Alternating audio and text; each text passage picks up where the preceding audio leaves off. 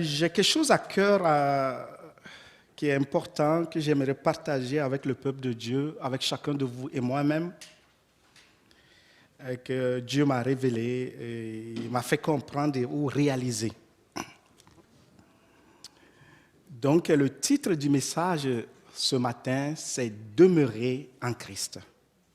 Je le répète, le titre du message ce matin, c'est « Demeurer en Christ ». C'est d'ailleurs notre thème de l'hiver. Et ceux qui venaient au partage et prière, on en a parlé longuement.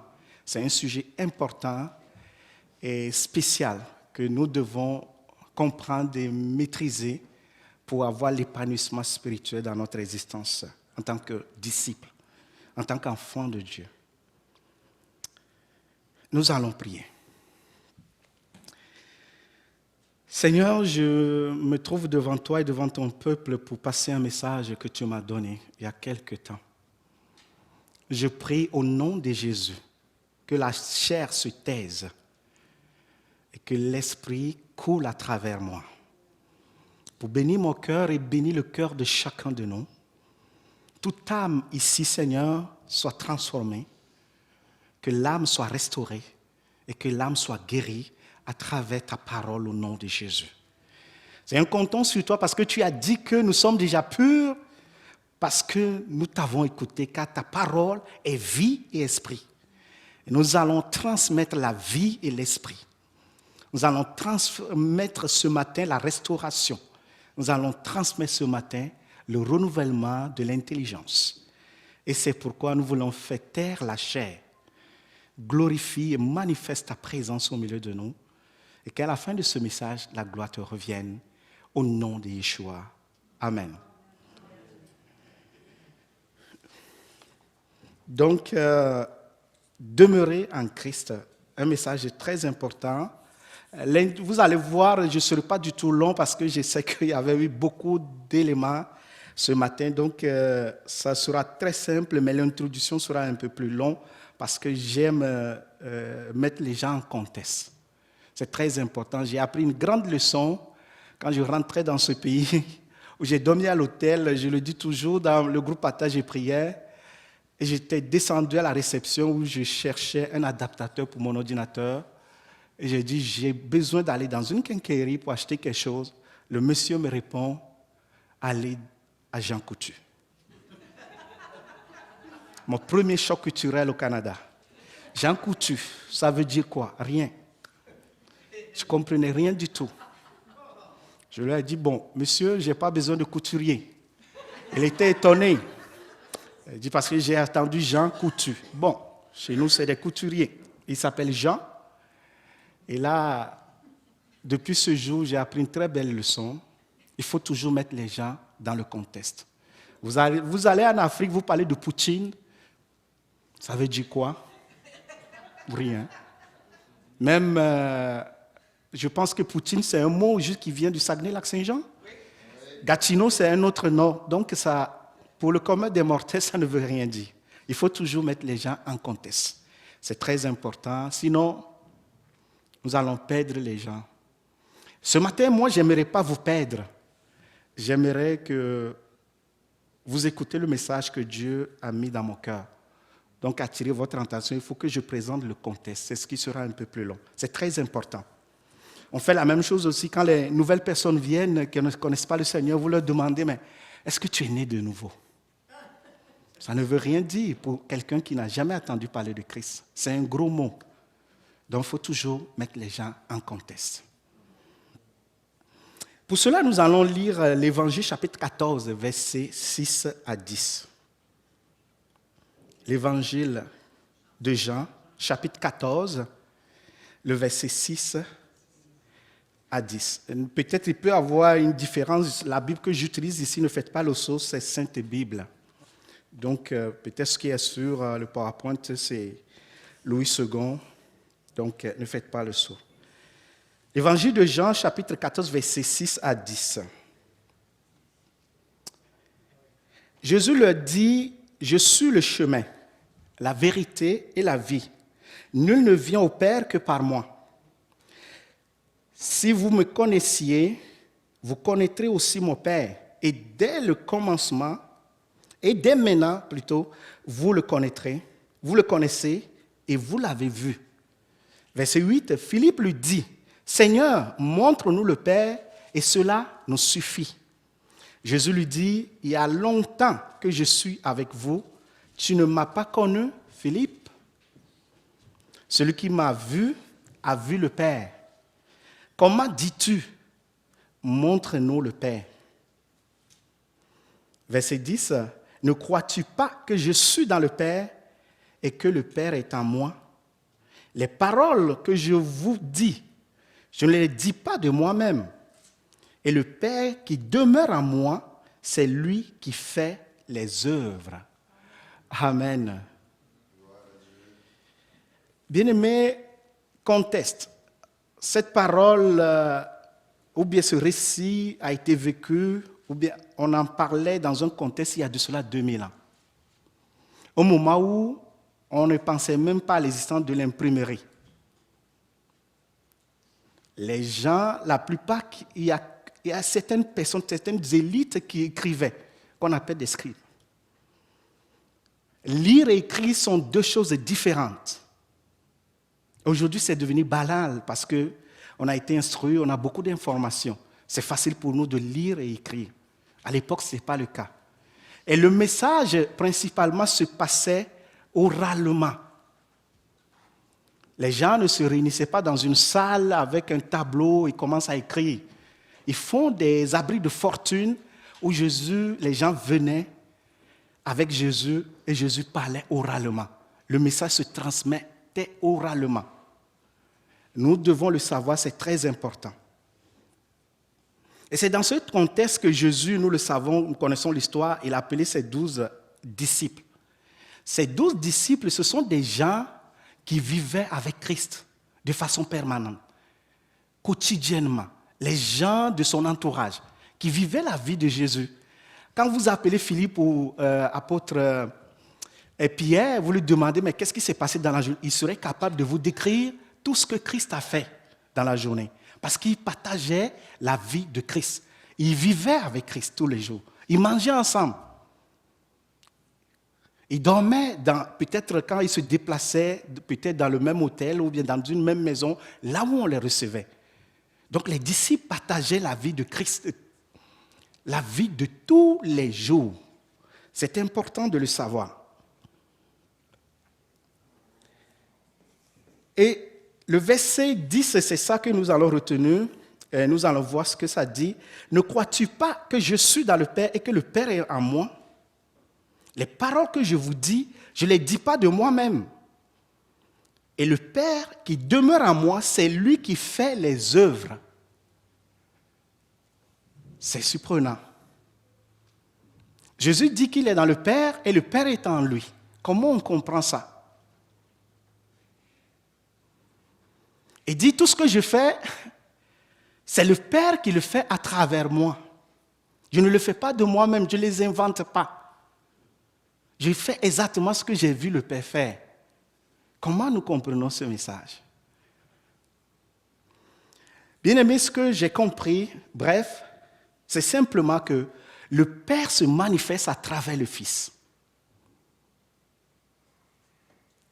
Le Père se manifeste à travers le Fils, à travers les œuvres qu'il fait, tous les jours. De la même manière, le Fils se manifeste à travers le Père. Si vous vous rappelez, je l'avais dit dans notre groupe de partage, lors du baptême de Christ, Christ ne s'est pas présenté. Qui a présenté le Christ?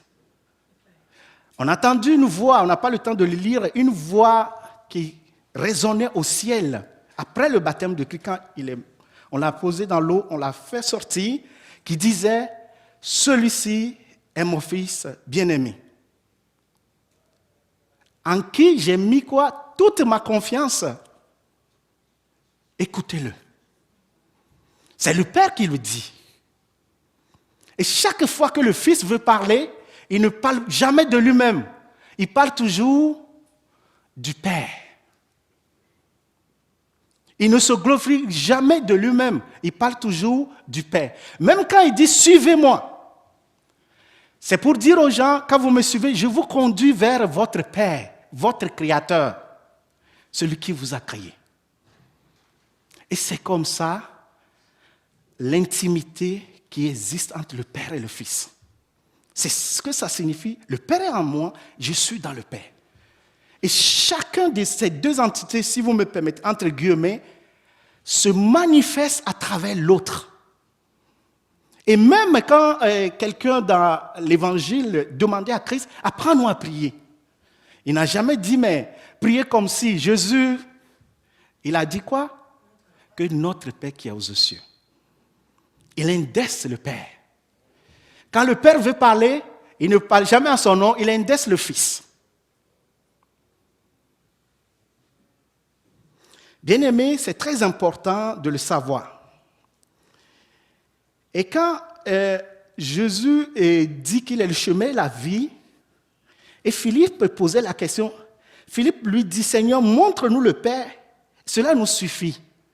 Est-ce que ce n'est pas une question légitime ou bien une requête légitime? Mais moi, dans la réponse que j'ai compris, la réponse de Christ à Philippe démontre Christ était étonné que depuis tout ce temps, Philippe ne savait pas que le Fils est dans le Père et le Père est dans le Fils. Qu'il n'y a rien à démontrer. Quand vous me voyez, vous voyez le Père. Et toutes les œuvres que je fais, je ne les fais pas de moi-même, c'est le Père que je copie, c'est exactement ce que fait le Père que je fais aussi. Et le Père est le tout, le créateur de toutes choses, rien n'existe en dehors de lui. Donc, qu'est-ce que ça signifie si vous êtes des disciples ou bien des enfants nés de nouveau? Ça veut dire que vous partagez le quotidien de Christ. Vous partagez la vie de Christ de la même manière que le disciple le faisait entre-temps. Est-ce que c'est ce que nous faisons aujourd'hui? Les disciples demeuraient avec Christ. Ils partageaient son quotidien. Ils ne font rien qui ne leur a pas été enseigné par Christ, qui n'ont pas vu Christ faire. Pourquoi? Parce qu'ils demeuraient, ils vivaient, ils partageaient la vie de Christ. Est-ce que c'est ce que nous faisons aujourd'hui? Malheureusement, non. Vous savez ce qui est arrivé? Les entités maléfiques ont tout fait, malheureusement, pour nous détourner de l'essentiel. Pour nous posséder de l'illusion, du matériel, alors que l'illusion ne nous donne pas le bien-être à cause de notre nature divine. L'illusion ne peut pas nous donner le bien-être à cause de notre nature divine. Nous ne serons jamais rassasiés ou épanouir dans l'illusion. C'est un grand mensonge, bien-aimé. C'est un mensonge. Ce que nous devons faire, nous devons revenir et demeurer en Christ, là où se trouve la véritable vie. Bien-aimé, le chemin de l'existence nous amène sur deux voies. Il n'y a que deux voies. Soit à l'essentiel qui nous conduit à tout. C'est ce que Jésus a dit dans Matthieu chapitre 6, verset 33, on ne va pas le lire, je ne l'ai pas, qui dit quoi? Cherchez premièrement le royaume des cieux et sa justice, et tout vous sera donné par-dessus. Bien-aimé, je vais vous le dire simplement, ce n'est pas compliqué. Ne rentre pas au Canada qui veut. Je peux le témoigner. Tous les royaumes sont fortifiés. Toutes les frontières du Canada sont protégées et fortifiées. On ne peut pas rentrer comme on veut. Tous les royaumes sont fortifiés. Si vous voulez rentrer de façon légale, il faut passer par la porte. C'est ce qu'on nous dit, cherchez premièrement le royaume des cieux et sa justice, et tout vous sera donné par-dessus. Lorsque vous rentrez par la porte principale du royaume, vous aurez accès à tous les privilèges. Et l'ambassade du Ghana en Afrique me l'a rappelé. Ils vont envoyer un bout de papier. Cette phrase m'a beaucoup marqué. Que venir au Canada n'est pas un droit pour vous, c'est un privilège. J'étais surpris. J'ai dit quoi? Il dit oui, que je ne mérite pas. Si je viens au Canada, c'est un privilège. Bien-aimé, c'est la même chose. Quand vous voulez rentrer dans le royaume de Dieu, soit vous allez rentrer illégalement, mais Dieu n'aime pas le mensonge. Il n'aime pas la tricherie. Si vous voulez rentrer légalement, vous devez passer par la porte. C'est la seule porte du royaume, ça passe par la nouvelle naissance. Naître d'eau et d'esprit pour rentrer légalement dans le royaume, pour jouir de tout. C'est ça, chercher premièrement le royaume des dieux, des cieux et sa justice, et tout vous sera donné par-dessus. Mais quand vous êtes en dehors de la porte, la clé qui ouvre la porte, c'est la nouvelle naissance. Vous êtes en dehors, mais vous ne pouvez pas jouir de tous les privilèges. Comment? Même les immigrants qui rentrent ici de façon illégale, mais on les reprend, soit on les déporte, ou soit on leur donne de l'asile par grâce, par privilège, et ils suivent le processus. On vérifie ton antécédent, on vérifie ta santé, on vérifie tes diplômes d'études et tout. Ils vont vérifier tout. Je suis passé par tous les processus pour devenir citoyen canadien. Il n'y a rien qui est laissé au hasard. De la même manière, on ne peut pas tricher pour rentrer dans le royaume de Dieu. Le royaume est fortifié. Même si vous escaladez, on va vous faire sortir parce que ce n'est pas un droit, c'est un privilège. Et c'est ce que nous appelons grâce. Si on veut être honnête, c'est ça. Se repentir et accepter Seigneur Jésus comme sauveur personnel pour rentrer dans le royaume. Et ainsi, nous allons avoir quoi? Une meilleure santé, l'épanouissement, la joie de vivre, la paix, la quiétude. Pourquoi il y a autant de tumultude aujourd'hui dans le monde? Tout le monde se plaint. On a peur, on tremble. À cause des guerres, des bruits de guerre, les finances, on n'est plus sûr. Nous sommes en dehors du royaume. On s'inquiète, on était perdus. Donc, revenons sincèrement au Seigneur et il nous donnera tout. Le deuxième élément de l'illusion qui nous conduit, l'illusion qui est le deuxième élément, ne nous conduit nulle part. Pourquoi? Parce que choisir autre chose en premier nous conduit à la perdition. La Bible, dans le livre des Proverbes, ça dit ça exactement comme ça. Telle voie paraît droite, mais son issue, c'est la mort. Telle voie paraît droite, mais son issue, c'est la mort. En dehors du royaume que nous devons chercher premièrement, si nous ne le cherchons pas, nous sommes perdus. Nous sommes morts. On ne vit pas réellement. C'est de l'illusion. Bien-aimés, sachons-le pendant que tout l'univers crie fort. Les oiseaux, les arbres et tous les êtres vivants le prouvent et démontrent son existence, l'existence de Dieu. Le monde a la tête dans le sable pour ne pas voir. Ils nient même l'existence de Dieu. Ils vivent leur vie, ils s'en foutent. Mais le principe de Dieu est là, rien n'est éternel. C'est lui seul qui est éternel. C'est pourquoi il faut revenir et demeurer avec Christ. C'est très important. Nous allons rentrer dans, une fois que j'ai présenté le contexte et fait comprendre la relation entre le Père et le Fils. Le Fils est dans le Père est dans le Fils, qui signifie chacun des deux se manifeste à travers l'autre. Donc si nous sommes en Christ et nous demeurons en Christ, nous devons manifester Christ dans notre vie de tous les jours. Nous demeurons, ça veut dire que nous sommes son disciple, nous partageons le quotidien de Christ tous les jours. Nous le voyons faire, nous dormons avec lui, nous mangeons avec lui, nous vivons sa vie. Il nous parle du royaume. Il nous montre la vie dans le royaume. Et c'est ça ce que ça signifie, demeurer en Christ. Il y a un grand homme qu'on appelle Andrew Murray, né le 9 mai 1828 à Graaff-Reinet et mort le 18 janvier 1917 à Wellington. C'est un théologien, un écrivain sud-africain. Il a dit, je le cite, « Pendant son séjour sur terre, Jésus indiquait les relations que les disciples devaient avoir avec lui par ces mots, « Suis-moi ». Quand l'heure de les quitter pour monter au ciel fut venue, il se servit d'une autre expression révélant l'union plus intime et plus spirituelle qui allait s'établir entre eux et lui. « Demeurez en moi », leur dit-il. Le sens profond de ces mots et les promesses qu'ils renferment restent malheureusement cachés à bien des disciples sincères de Jésus. C'est caché. Demeurez en moi. Ces mots sont cachés. Même depuis 2000 ans, la nuit des temps, moi, ça me surprend. Si vous lisez bien la Bible, moi, je dis toujours aux gens maintenant, ne lisez pas, mais étudiez la parole.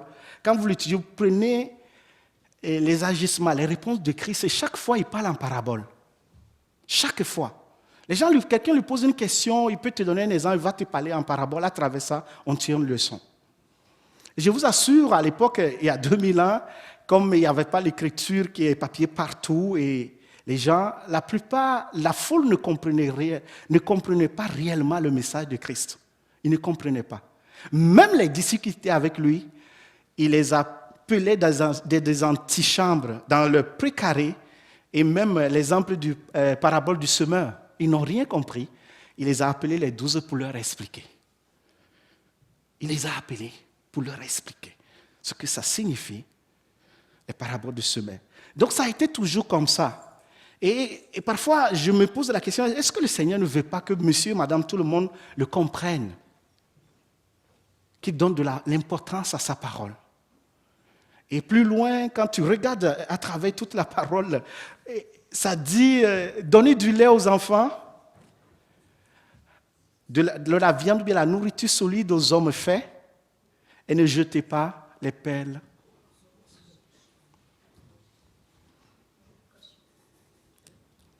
Le Seigneur n'aime pas perdre le temps avec les gens qui ne veulent pas l'écouter.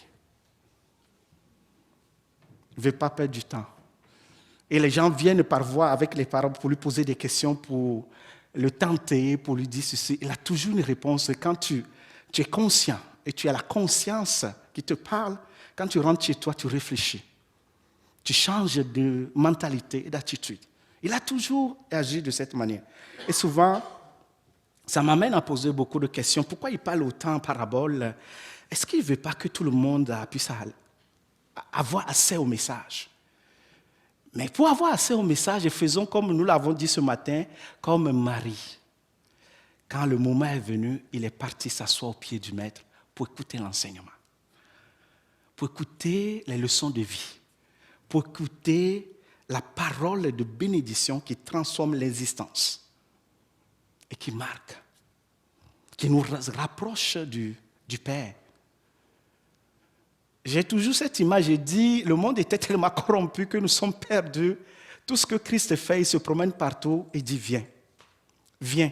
Et ceux qui acceptent de venir, il les amène, et puis il les amène auprès du Père, qui est déjà à la porte du royaume. Et le Père court vers Christ et dit, mais tu as emporté une nouvelle personne. Le Père se réjouit tellement et il prend la personne dans les bras. Avant de lui dire, Christ le présent dit, Père, voici ton fils qui était perdu. On vient de le retrouver. Et le Père se réjouit tellement et l'embrasse et dit, viens dans la maison. On le déshabille, on le lave, on le purifie et il rentre dans le royaume et il amène des privilèges. C'est ce que nous appelons grâce. Il n'y a pas d'autre moyen, bien-aimé. Il n'y en a pas. Ce matin, j'ai 2 points, juste 2 points. Le premier point, c'est demeurer en Christ, vous qui êtes venus à lui. Et le deuxième, demeurez en Christ et vous trouverez le repos de vos âmes. Le premier point qui est demeurer en Christ, c'est vous qui êtes venus à lui. Nous allons lire quelque chose dans Jean chapitre 15. C'est juste l'autre chapitre. Le verset 4. Jean chapitre 15, l'évangile de Jean chapitre 15, verset 4 dit bien ceci. Demeurez en moi et je demeurerai en vous, comme le serment ne peut de lui-même porter du fruit s'il ne demeure attaché au sceptre. Ainsi, vous ne le pouvez non plus si vous ne demeurez en moi. On ne le peut pas.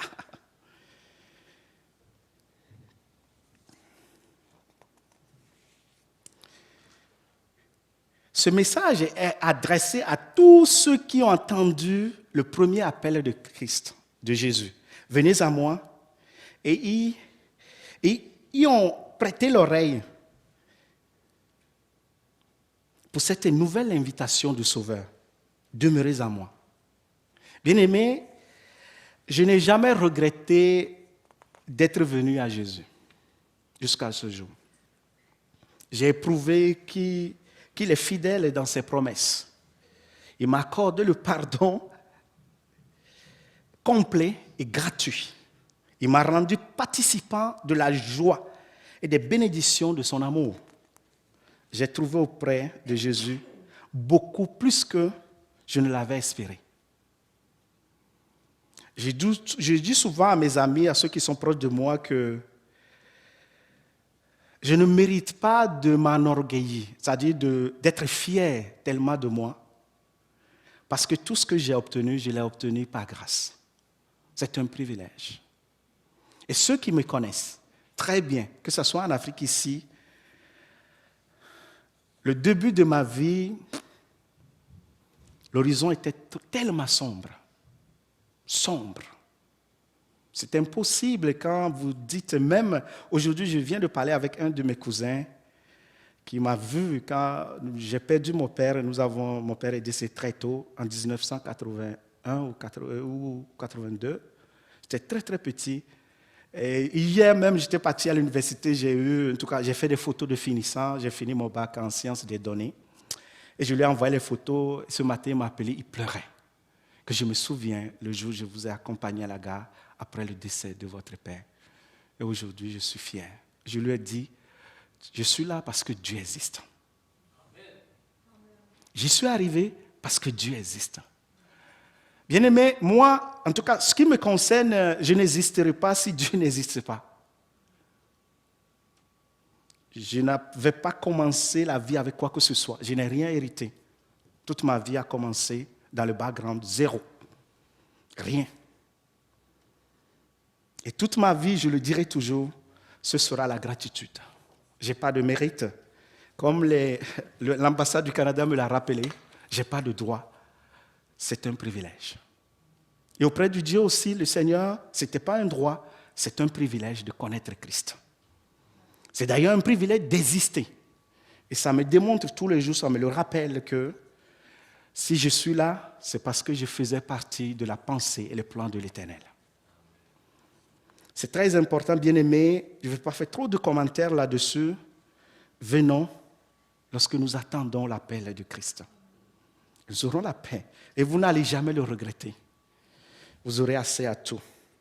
Je vais rapidement au point 2. Demeurez en Christ et vous trouverez le repos de vos âmes. On va tourner notre Bible dans Matthieu chapitre 11, versets 28 à 29.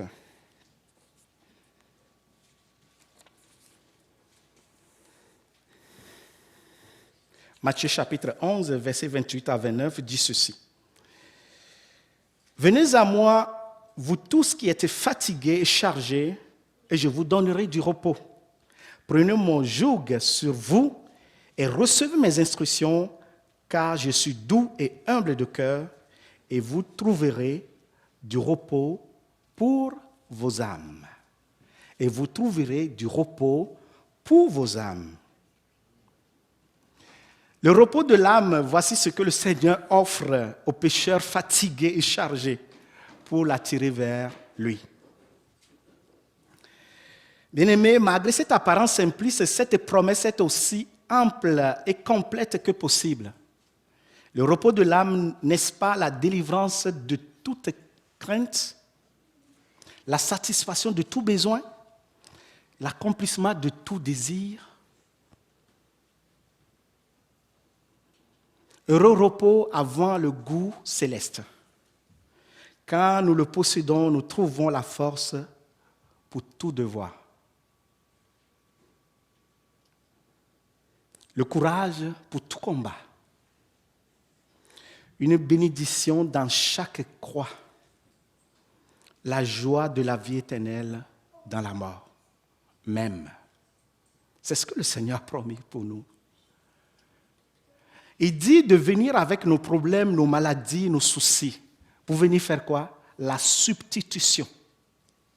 Échanger. Tu as des problèmes, tu as des fardeaux, amène-les. Tu es malade, amène ta maladie. Je les prendrai sur moi, moi je te donnerai la santé. Tu as des soucis, viens avec. Donne-les-moi, moi je te donnerai le repos. C'est compliqué? C'est tout ce que le Seigneur nous demande. Et quand nous le faisons, nous arrivons à la porte du royaume qui est recherché premièrement ça, que la nouvelle naissance, nous déposons tous ces fardeaux, ces pourritures, ces mauvaises choses à la porte et puis nous rentrons dans la bénédiction. Nous partageons le quotidien avec le Seigneur. C'est ça le privilège que nous avons. C'est très simple, bien-aimés. Le repos, c'est un avant-goût du ciel.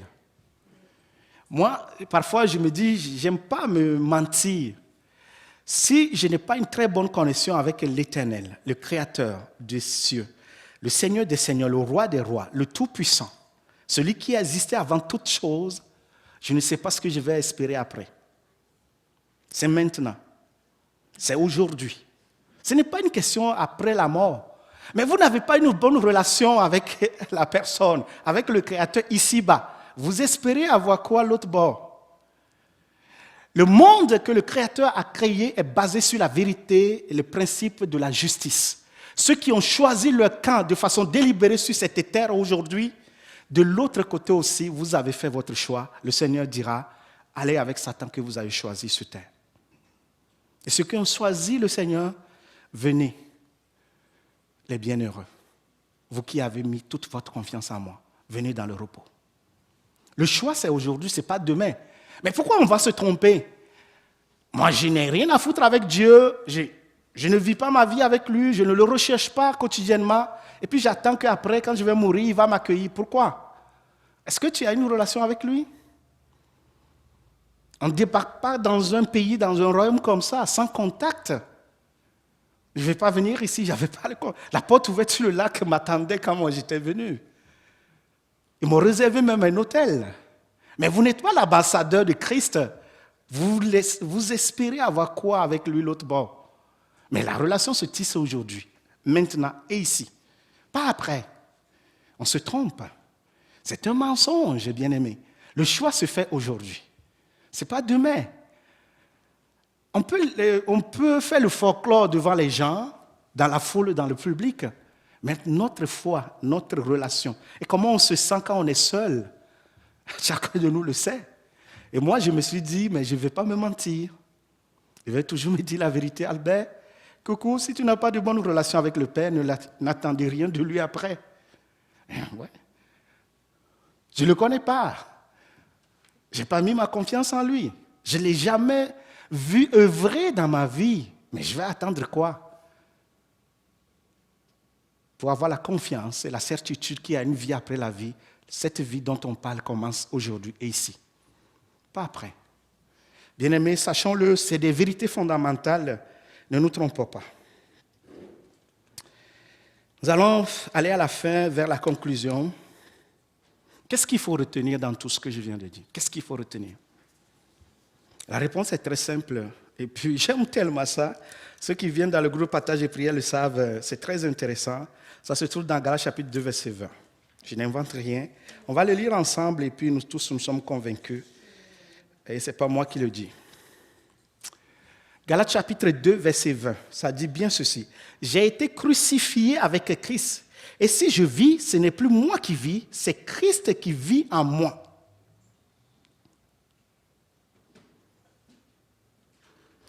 Et si je vis maintenant dans la chair, je vis dans la foi au Fils de Dieu qui m'a aimé et qui s'est livré lui-même pour moi. Alléluia. C'est ça. Bien-aimés, ainsi donc, aujourd'hui, si nous vivons et que nous demeurons en Christ, ce n'est plus nous qui vivons, c'est Christ qui vit. Comme la relation qui était entre le Père et le Père se manifeste à travers le Fils, et le Fils se manifeste à travers le Père. De la même manière, quand nous demeurons en Christ, nous ne vivons plus pour nous-mêmes.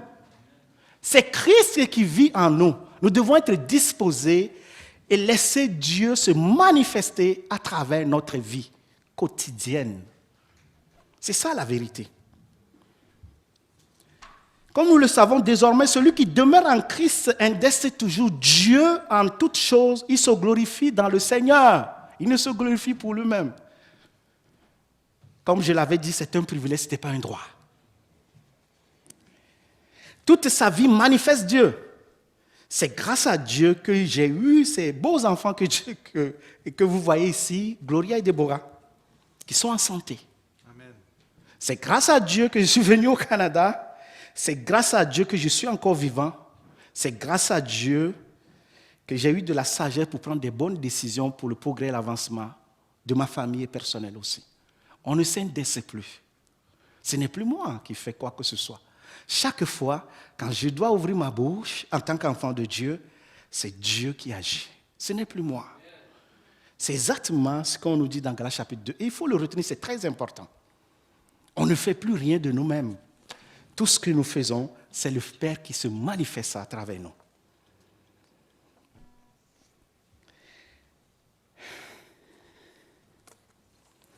Bien-aimés, c'est ainsi que nous pourrons porter du fruit, car nous demeurons dans le véritable, qui est le royaume de Dieu. Autrement, je vais vous le dire, vous allez y penser. Autrement, comment pourrons-nous porter du fruit sans être attachés à la source de toutes choses? C'est exactement comme un poisson qui dit, je le cite, vous allez le retenir. Le poisson dit ceci: je suis tanné de vivre dans l'eau, je veux vivre désormais sur la terre ferme. Pensez-y, frères et sœurs bien-aimés, est-ce qu'il survivra? Si on vit en dehors de Dieu, on ne peut pas porter de fruits, on n'existera même pas. On fait exactement comme le poisson qui dit non, ma source de vie ne m'intéresse pas, je vais changer de source, je vais venir vivre sur terre. Pensez-y, bien-aimés. C'est le message que je voulais passer ce matin. Je prie le Seigneur au nom de Jésus, que ça porte des fruits dans notre vie. Des centaines, des soixantaines et des trentaines. Nous allons écouter un chant. Et j'aimerais savoir si c'est la toute première fois que vous êtes parmi nous, ou bien après avoir écouté ce message, vous n'avez pas la certitude encore que vous appartenez à Christ. Vous pouvez avancer, je vais prier pour vous. Ou bien vous vous sentez mal, vous êtes affaibli spirituellement. C'est avec joie, bien-aimé, que je prierai pour vous. Voilà, vous avez l'occasion. Merci Seigneur.